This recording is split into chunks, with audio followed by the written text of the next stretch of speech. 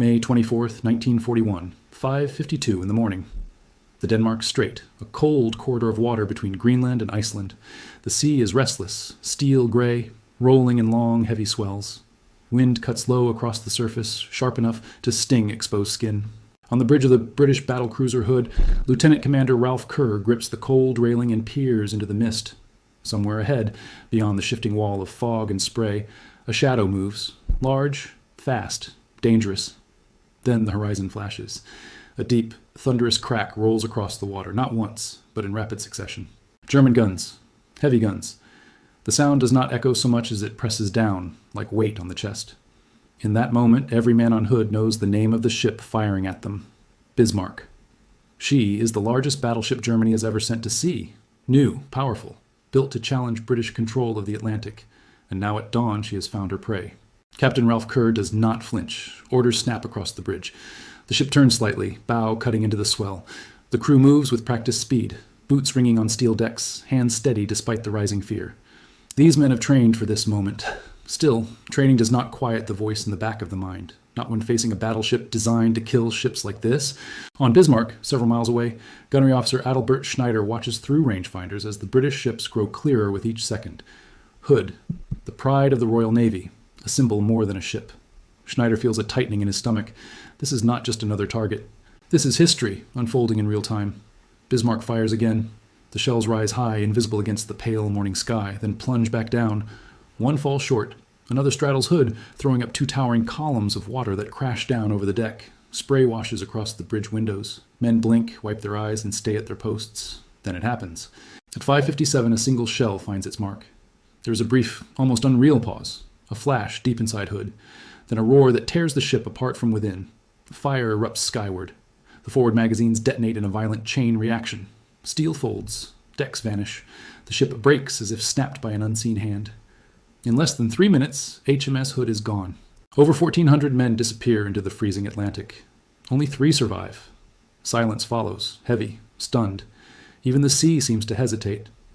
On the British cruiser, Prince of Wales, sailors stare in disbelief.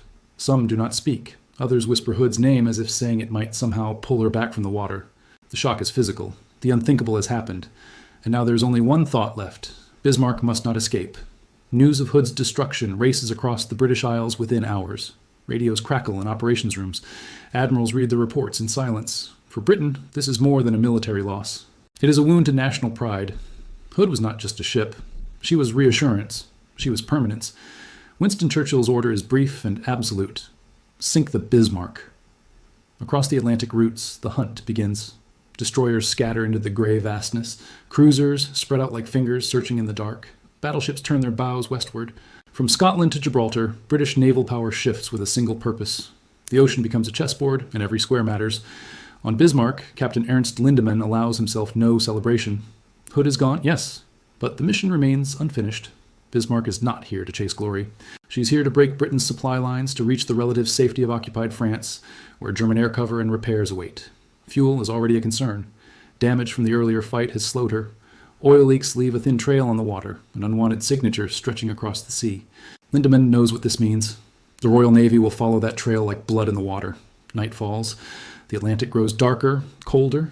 Somewhere out there, British ships close in, their crews fueled by anger, grief, and determination. Above them, clouds hang low, heavy with rain. Aircraft wait on distant carriers, engines silent for now. Bismarck presses on through the darkness, powerful yet suddenly alone. The chase has begun, and the sky itself will soon join the hunt. May 25th. Early morning. A gray ceiling of clouds hangs low over the Atlantic. Visibility fades in and out, as if the ocean itself is breathing. On board the British cruiser, Suffolk, radar operators lean toward their glowing screens. The new technology hums softly in the dim compartment. Blips flicker, fade, return. For hours, they have tracked Bismarck through darkness and storm, keeping distance, reporting her course by wireless. They dare not close in. One well-placed salvo from her massive guns could erase them. Then, just after 3 a.m, the blip vanishes. At first, the operator thinks it is interference. He adjusts the set, watches, waits. Nothing. Bismarck has disappeared. In the North Atlantic, losing sight of a battleship is not like misplacing a fishing boat. The ocean is wide beyond imagination. A ship can slip into cloud and mist and simply become part of the horizon. Admiral Sir John Tovey, commanding the British home fleet from the battleship King George V, receives the report with tight restraint. He does not curse. He does not shout. But the weight of it settles over him like iron. They have lost her. For several tense hours, British ships steam in the wrong direction. They assume Bismarck continues west, perhaps toward the open Atlantic shipping lanes. Orders go out. Courses are altered. Fuel burns. But aboard Bismarck, Captain Ernst Lindemann and Admiral Gunther Leutzschens have already made a critical decision. They turn southeast. France is closer. Repair docks in Brest offer safety. German air patrols can shield them once they near the coast. The bold strike into the Atlantic has shifted into a desperate dash for survival. On the bridge, Leutzschens stands stiffly, binoculars raised. He knows British forces are out there. He knows they will not forgive what happened to Hood. The sinking has changed everything. This is no longer commerce raiding. It is a national vendetta. Below deck, machinist Karl Weiss wipes sweat from his forehead despite the cold air. The engine rooms throb with constant vibration. The ship shudders slightly from earlier damage. There is an oil leak that cannot be fully contained. Every man senses it. Bismarck is powerful, yes, but she is no longer invincible. Back in London, the Admiralty studies position reports with growing concern. If Bismarck reaches France, she could be repaired and return stronger. The Atlantic supply lifeline to North America, vital for Britain's survival, would remain under threat. Then, late on May 26th, hope appears in the sky. A lone American-built Catalina flying boat from Coastal Command patrols the gray expanse west of France. Inside the aircraft, Ensign Leonard Smith scans the water below through a blister window. Hours of monotony have dulled his senses. Sea, clouds, nothing. Then he sees it, a long dark shape cutting through the swells. He blinks, looks again. There is no mistaking it. Battleship, bearing green 20. The radio operator transmits the contact report. Coordinates spill out across the airwaves. In British command rooms, heads snap up. Pens scratch. Courses are recalculated. Bismarck has been found. She is closer to France than expected. Time is short. Only one major British force lies within striking range in time to make a difference. The aircraft carrier Ark Royal, operating with Force H near Gibraltar. On Ark Royal's pitching flight deck, crews rush to prepare Fairey Swordfish torpedo bombers. The aircraft look almost fragile, with fabric-covered wings and open cockpits. In another era, they would seem outdated. But their slow speed and steady handling make them deadly in the right hands. Lieutenant Commander Eugene Esmond adjusts his goggles as wind lashes across the deck. Rain spits sideways. The sea below heaves unpredictably. The order is given. Engines cough to life, propellers biting into damp air. One by one, the Swordfish roll forward and lift off, vanishing into cloud. The first attack that afternoon ends in confusion. Through breaks in the weather, the pilots spot a large warship and release their torpedoes. But it is not Bismarck. It is the British cruiser Sheffield. Miraculously, faulty detonators prevent disaster. The torpedoes fail to explode. Sheffield survives untouched. A narrow escape that leaves crews shaken and embarrassed. There is no time to dwell on the mistake. Evening approaches. Light fades into a bruised purple horizon. The weather worsens. Rain slants across the deck. Yet the second strike must go out. Again, the Swordfish launch. This time, they find their target. Bismarck looms through sheets of rain, her guns firing into the murk. Anti-aircraft shells bursting in sharp white flashes. Water erupts around the fragile planes. The air fills with smoke and spray. Pilot Sub-Lieutenant John Moffat steadies his shaking aircraft. He is low now, skimming just above the waves.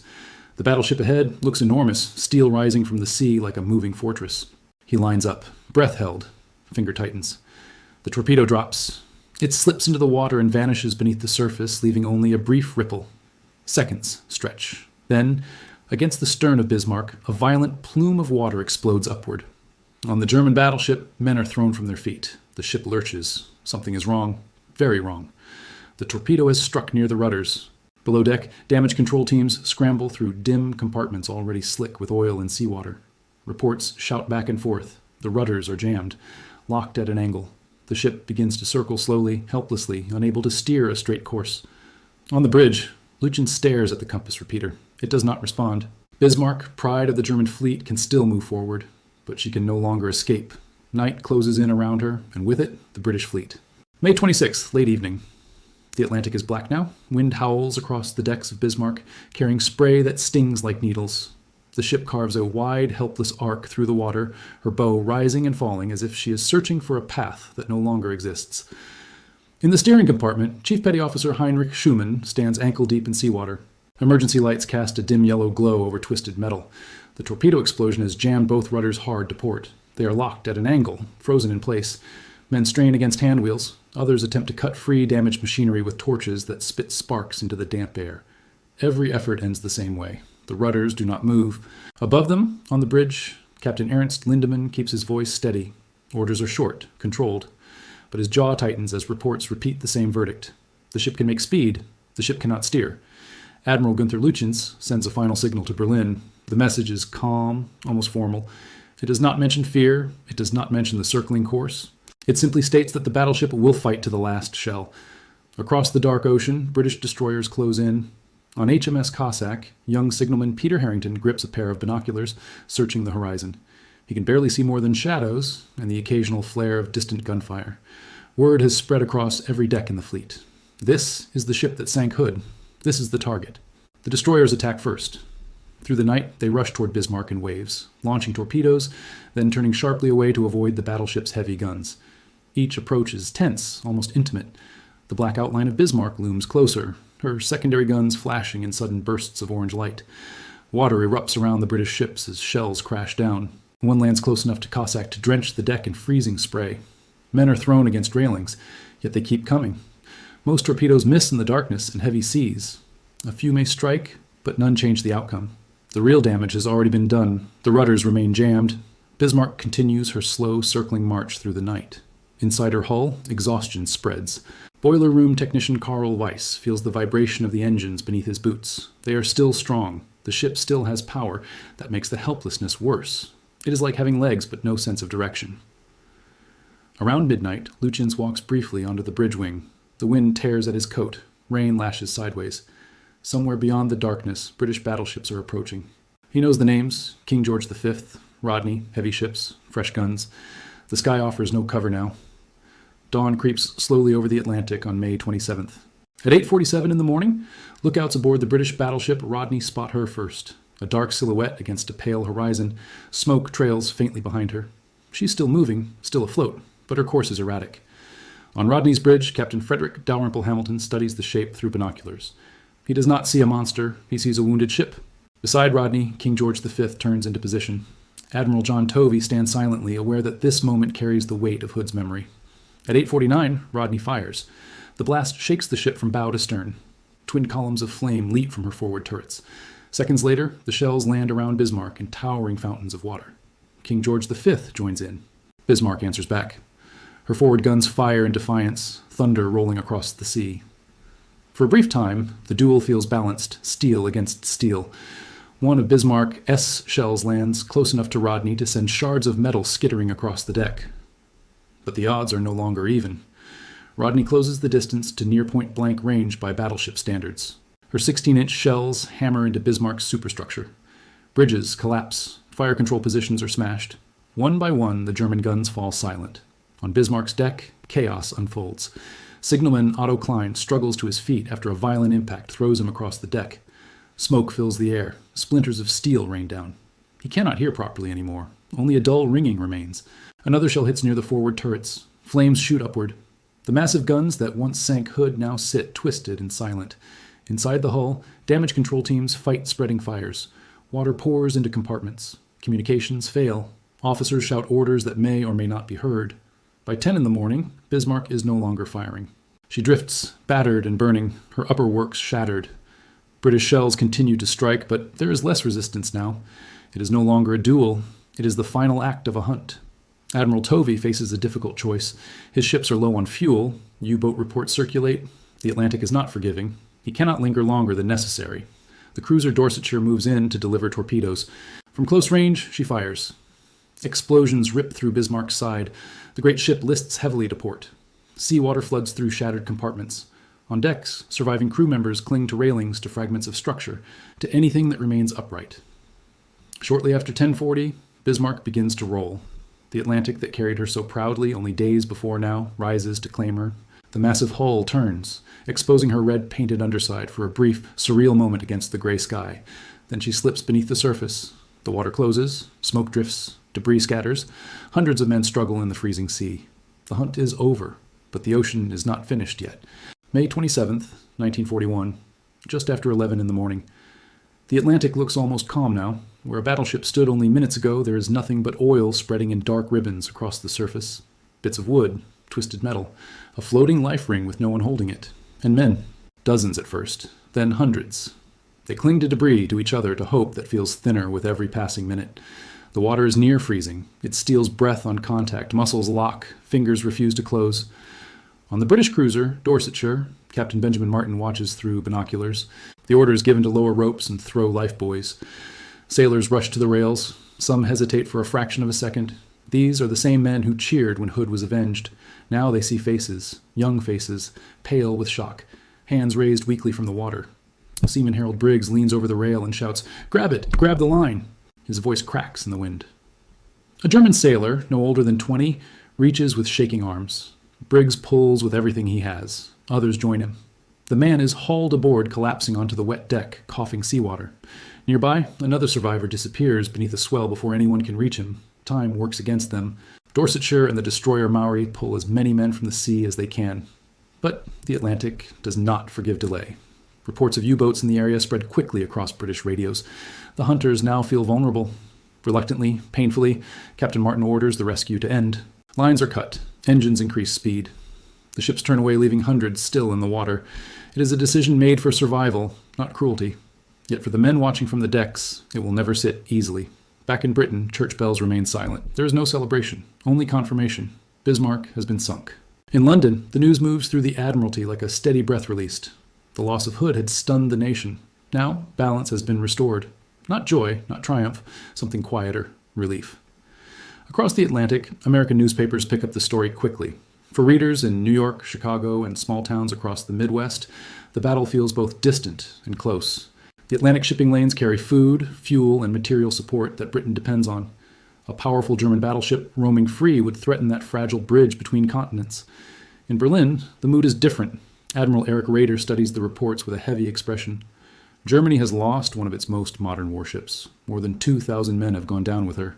The surface fleet, already small compared to Britain's, has taken a blow it cannot easily absorb. Within the Kriegsmarine, questions surface quietly. Was the mission too bold? Should Bismarck have been supported differently? Could the outcome have changed? But there is little time for reflection. The war continues. Submarines still prowl the Atlantic depths. Convoys still form in Halifax and Liverpool. The struggle for supply and survival does not end with one ship. For the survivors pulled from the sea, the war becomes something else entirely. Among them is machinist Carl Weiss.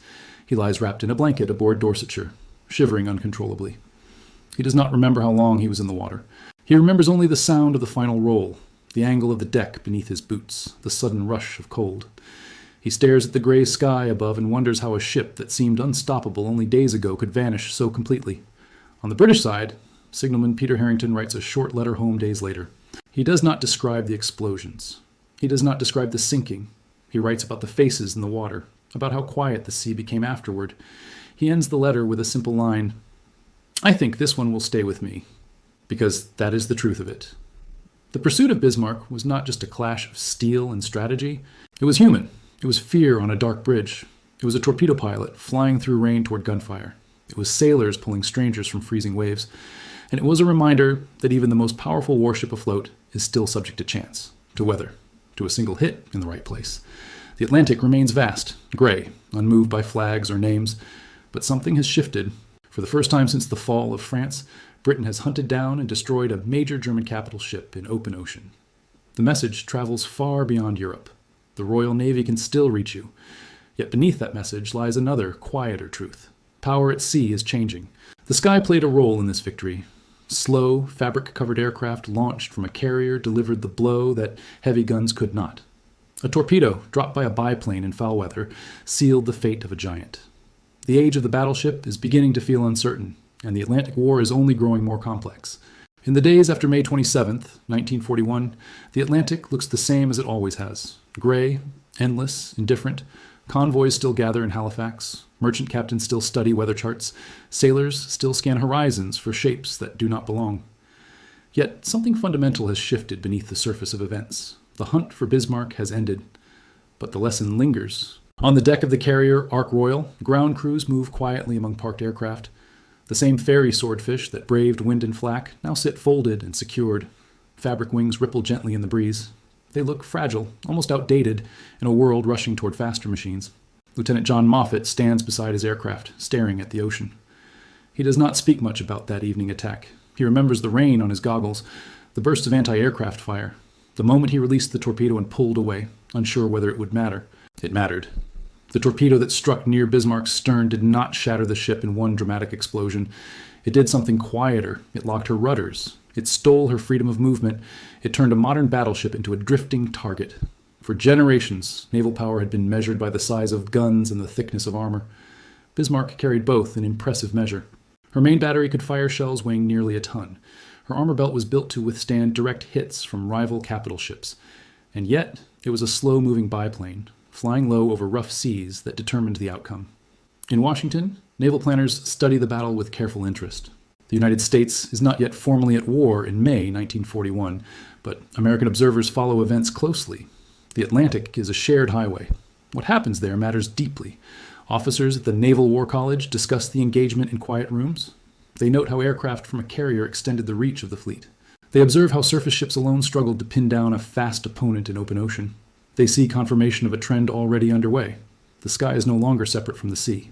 In Britain, Admiral John Tovey reflects privately on the cost. The sinking of Bismarck avenged Hood? Yes. But it also exposed how narrow the margin had been. If the torpedo had missed, if weather had worsened, if fuel had run out before contact was made, history can pivot on such small hinges. For Germany, the loss reshaped strategy. Large surface raiders will venture out more cautiously. Submarines will take on greater importance. The Atlantic campaign will continue, but with a different balance of tools. And for the families of the men who sailed aboard Bismarck and Hood, the battle becomes personal memory rather than headline. In Portsmouth, a mother stands at her kitchen table holding a telegram about her son from Hood. The words are brief, official, final. She traces his name with her thumb, as if touch might change the outcome. In Hamburg, a father learns that his machinist's son did not return from the Atlantic. He folds the letter carefully and places it inside a drawer already filled with ration cards and old photographs. The sea connects nations. It also carries grief across borders. Years later, historians will analyze charts and signals. They will debate decisions. They will measure tonnage and timing. But for the men who were there, the memory is simpler. A dawn explosion that erased a legend. A night of wind and circling steel. A morning when two battleships closed in under a pale sky. And a torpedo dropped from the clouds that changed everything. The pursuit of Bismarck did not end the war in the Atlantic. Convoys would still face danger. U-boats would still stalk beneath black water. More ships would sink before peace returned. But in May 1941, the Royal Navy demonstrated something essential. No warship, no matter how large or modern, could act alone against a coordinated fleet supported by air power. The Atlantic had witnessed a turning point. As the years moved forward, aircraft carriers would rise in importance. Battleships would still fire their guns in future battles, but increasingly under the watchful umbrella of aircraft overhead. The balance between sea and sky had tilted. And it tilted first in dramatic fashion during the hunt for Bismarck. If you stand today on the cliffs overlooking the cold waters between Greenland and Iceland, the wind still sounds the same. Waves still roll in long gray lines. There is no visible trace of what happened there in May 1941. But beneath the surface, two great warships rest in darkness, one shattered in minutes, one hunted for days. Their story is not just about destruction, it is about adaptation, about how technology and courage intersect under pressure, about how nations learn, sometimes painfully, that power is never absolute. The day Bismarck was hunted from the sky was not simply the end of a ship. It was the beginning of a new chapter in naval warfare.